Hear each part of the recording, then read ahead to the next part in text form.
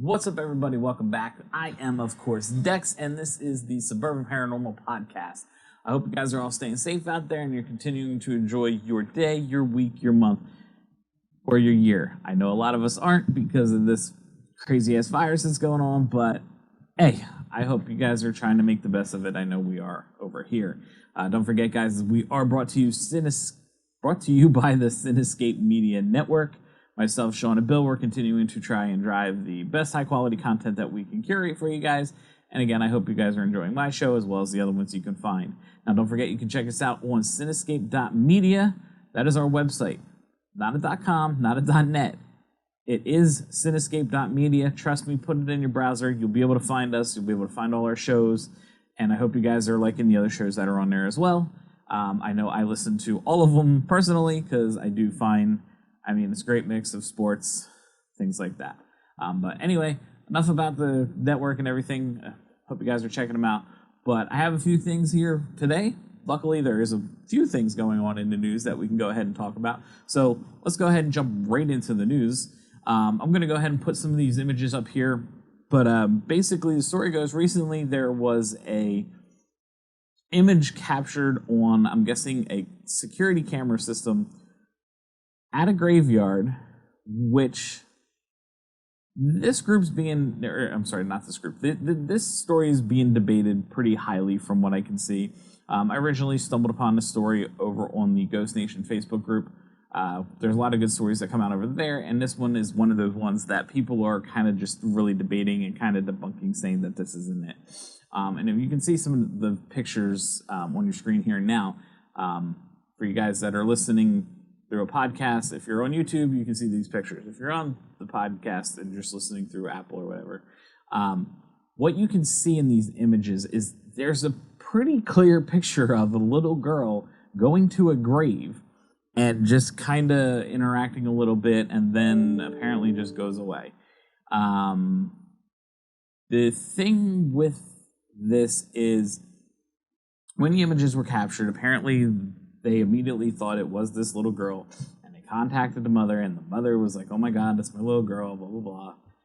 But the problem that a lot of people are having is, if you look at the images, that you can see sort of in the background, it looks like there's lights from possibly a car. So what you possibly have here is a family that was maybe visiting the grave of one of their family members that passed, and you have this little child that went over, because if you look at the grave, you can see there's a lot of like lights and things like that, which would, it's going to attract a small child.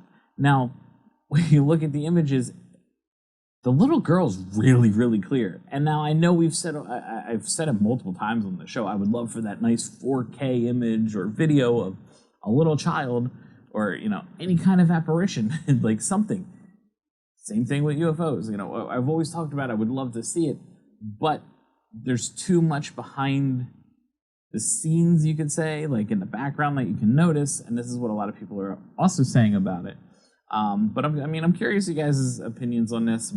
I really hope, I guess the one thing that kind of would be a shame is the fact that, you do have what looks like a little girl going over to a grave, and this mother who lost their daughter is thinking this is her little girl, and she's seeing their spirit. And it's not, because it's somebody, whether they're playing a rude trick or they think one thing or another. I really, really, really hope this is not the case for this, event here, but it's almost like you could say the picture's a little too clear to be a spirit. Now, again, the images, they're up here on the screen for you guys. I'm curious to get your take. If you're listening just on the podcast, there will be links to where I found these images, because it was reported on by a few places, including a news channel. I forget which news channel it was, but and another thing that I hate about like a lot of the news channels is when they cover any kind of paranormal stories like this, it's always done sometimes, I think, in a way where it's like, oh, look, people are believing this. And we all know it's real. We've discussed this before. But it's always tried to be played in a bad light. And again, I would hate for that, just as another story that this is occurring to. And again, you got a poor mother who's thinking it's possibly her child when it's someone's kid just playing in a cemetery. So again, I'm curious. Put your intake on this. We'll get a discussion. I really don't think there's too much discussion. It seems to be one. I guess the last little bit on this is it's one of those stories that you think like the news is picking it up just to try and make paranormal stuff look bad, and then everyone in the paranormal community is going, "No, stop! It's not." So again, it's another one that's up for debate. So again, leave your comments and let me know. Up next, now I know we talked a little bit about Bigfoot last time. Bigfoot went to New York, wanted a slice of pizza, but apparently he's back in Idaho. So it was last month, or I'm sorry, it's August now. It was either a month or 2 months ago. But basically, Idaho has been named the best spot to go see UFOs. That's one point. Now, not only that, but apparently it's also one of the top spots to go find Bigfoot. So what's interesting is I found this out. I mean, I forget how many they said UFO sightings there are. But when it comes to Bigfoot, Idaho has 9 sightings per 100,000 people. And I forget what their... I forgot to write this down. I forget what their population is, but that's a lot of sightings. Now, one of the hot spots apparently is a place called Bonner County, where they've had so it's Bonner County, and 18 out of the 93 sightings that have been recorded for Bigfoot have all come from this Bonner County. So now, I need your guys' help. We're talking Bigfoot, we're talking UFOs in one spot. So now what we need, I need for my viewers, my listeners, whatever, I need ways to convince my wife that we need to go to Idaho on a family vacation. Now, we're all going to know the reason that I want to go, we want to go to Idaho is I'm going to bring some cameras, I'm going to bring audio recorders, whatever else I can get my hands on. We're going to go try and find Bigfoot, and we're going to go hopefully find some UFOs. But I need an excuse to tell my wife of how to turn this into some sort of family vacation. Now, without being cliche, yes, she likes potatoes, but we can't use that one. We need to find some other good reason. So if you guys can find me like a world-renowned spa that we can use to convince her, something along those lines, because we can do that. Again, we'll go out there. Maybe we'll get the producer Big G over here. We'll get him to come out with us, turn it into a whole thing. But I don't know. We'll see.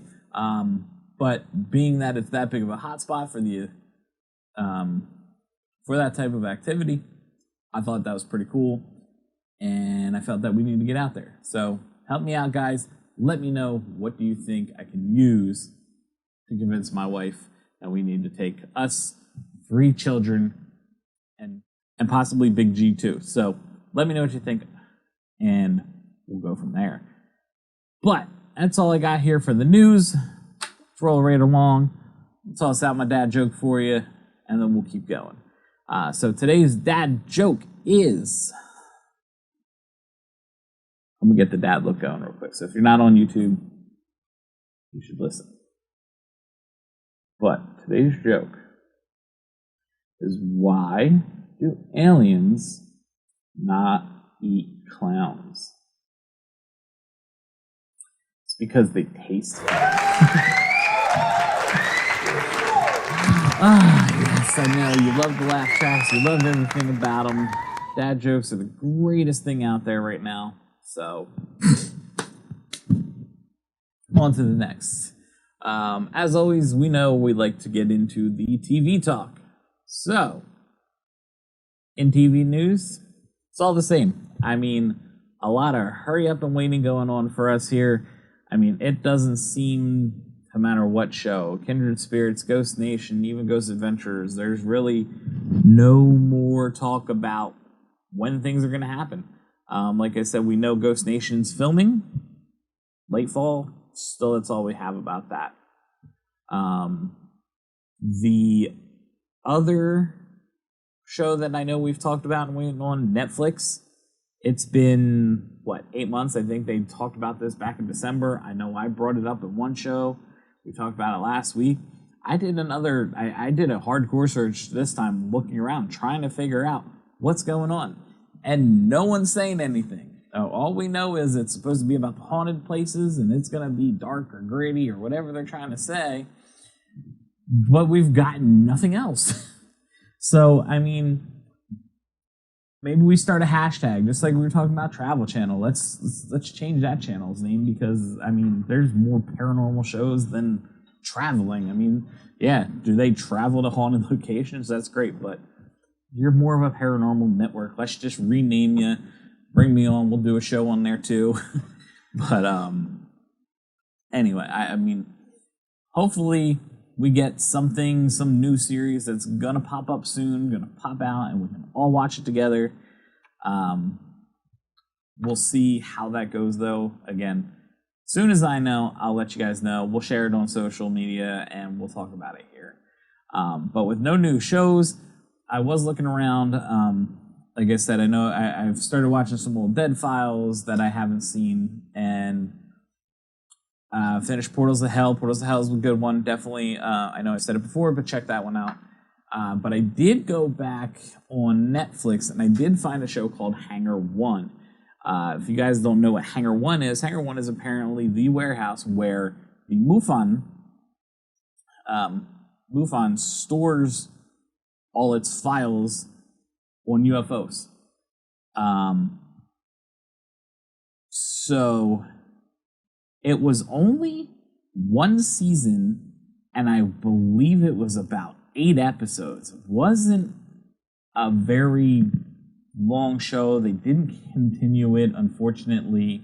I really wish they did. I did like the way they approached it. They did it kind of how they're doing on Unidentified, which is a show that I told you guys to definitely go check out and watch.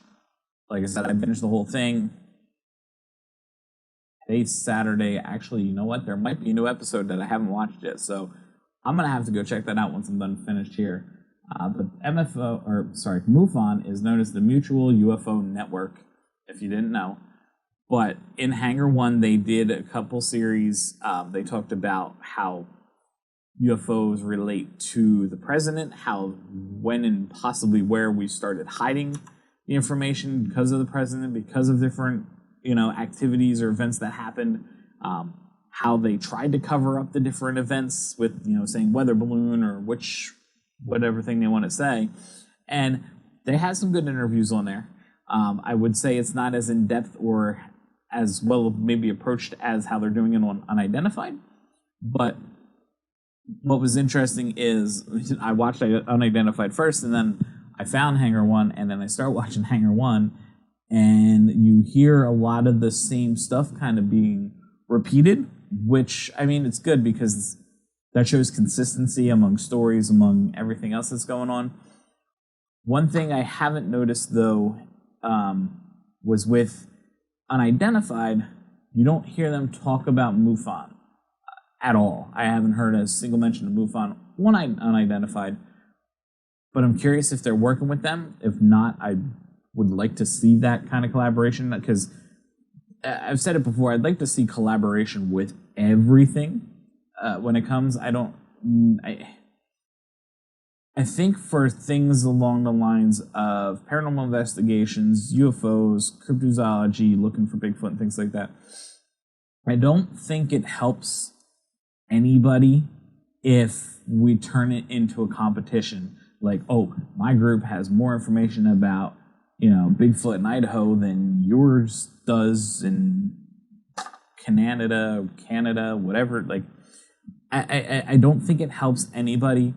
Even when you consider paranormal and this kind of stuff already considered I guess you could say it, people who consider themselves normal are going to say that the stuff that we do in the paranormal community is wrong, it's fake, it's, you know, we're crazy, whatever. You know, people have been saying that for years to us. I mean, I know I'm not the first person that's going to hear it, and I know I'm not going to be the last person that hears it. People are going to say we're crazy for believing in this stuff.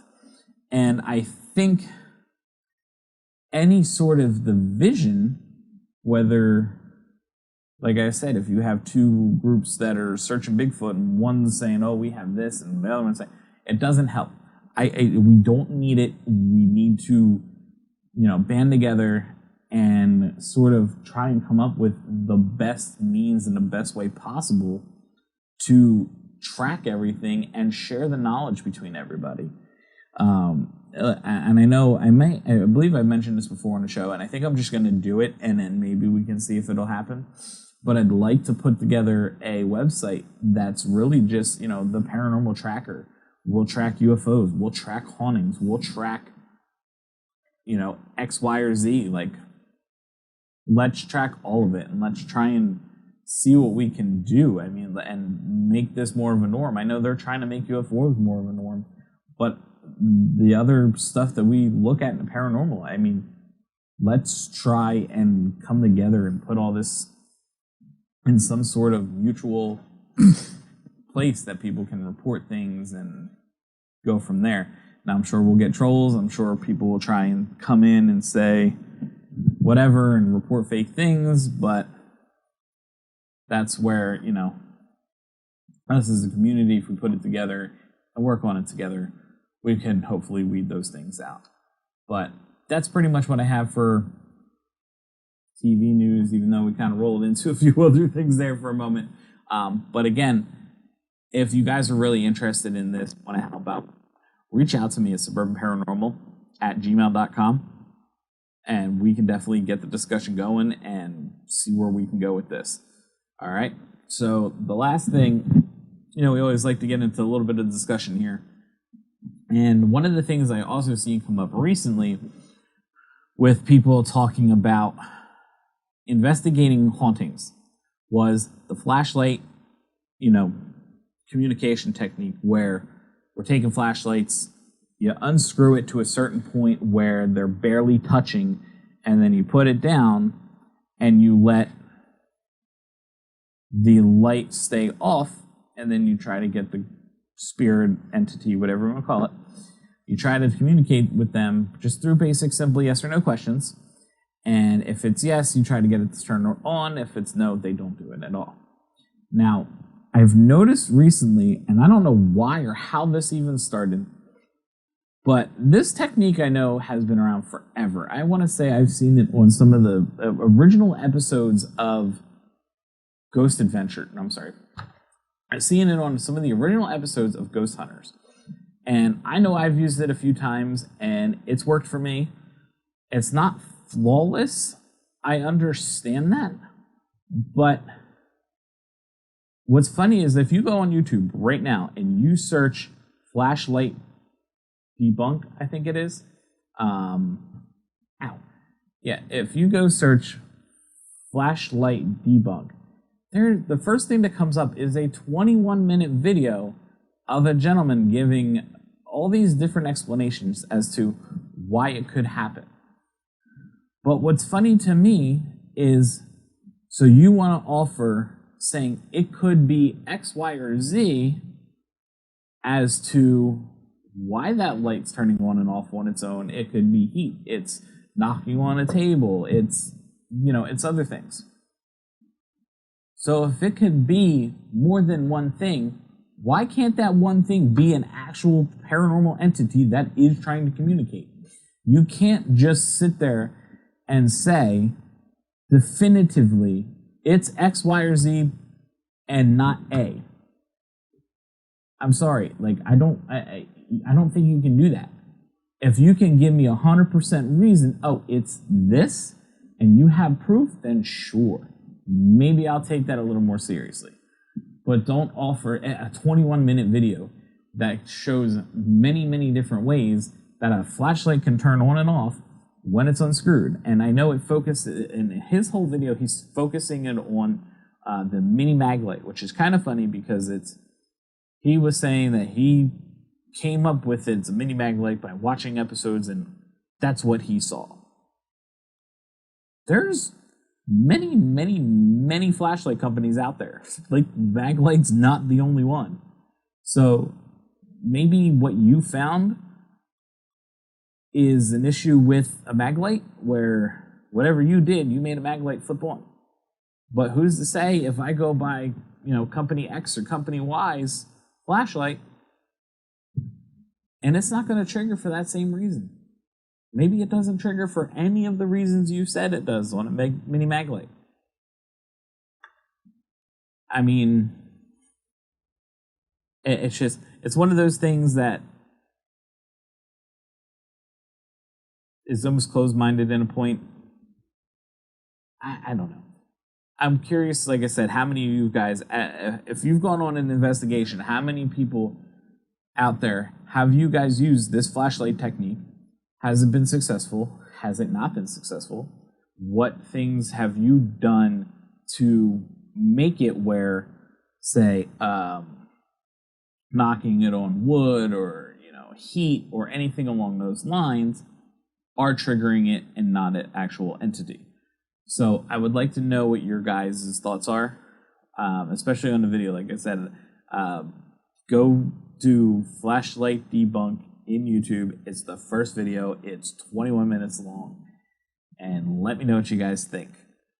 But again, to me, it's a skeptic that just wants to say it's always going to be one of these and then completely ignores the possibility that it could be a ghost. So let me know what you guys think of that. But the last little thing I do want to discuss here is some more things that we want to do with the show. Myself and Big G were talking, and we were looking at doing some kind of like deep dives on different things. So I was curious to see what kind of deep dives would you guys like to see. Maybe, say, a certain event, like, the Nimitz UFO. I mean, that's been done so many different times, but I'm just using that as an example where it's something that I research and we put together a whole bunch of different things, any kind of evidence we come up with audio, video, if we get to interview anybody. We're curious to see if you guys would be interested in something like that. Let me know in Facebook, let me know in the comments below here on YouTube. Let me know what you guys think. It's something that I definitely think could be fun. It could be a good idea to do, but I would definitely like to, ask our listeners here to see if it is something that they would be interested in actually watching on the show. So let us know what you think about that. The last thing I would like to find out is, do you guys want to see more guest interviews? I had a few people, like I said before, we're trying to line them up. I'm hoping to have one actually for the next episode. I'm hoping to have an interview done with someone that actually owns a haunted house. They said they got some video and some audio. I plan on reaching out to them early next week to try and set that up. And I'm curious, is this something you guys want to see? And if so, what kind of questions do you think you'd maybe want me to be asking? Is there anything specific you think we should ask, or maybe we should do during the interviews? Like I said, I know this person does have some evidence to share with us for us all to see. So I'm very looking forward to that interview.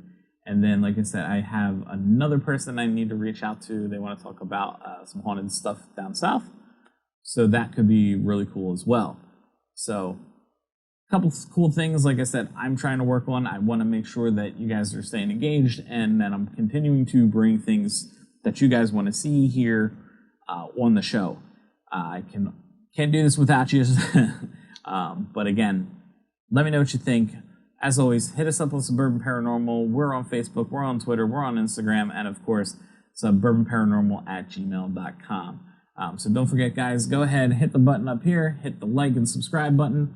Don't forget, hit the notifications down below, and I'm going to toss up a link over here as well so that you guys can see the playlist on YouTube for all of the other paranormal shows. All of the other Suburban Paranormal episodes for you guys to catch. So again, guys, thanks for watching, and catch you on the next one.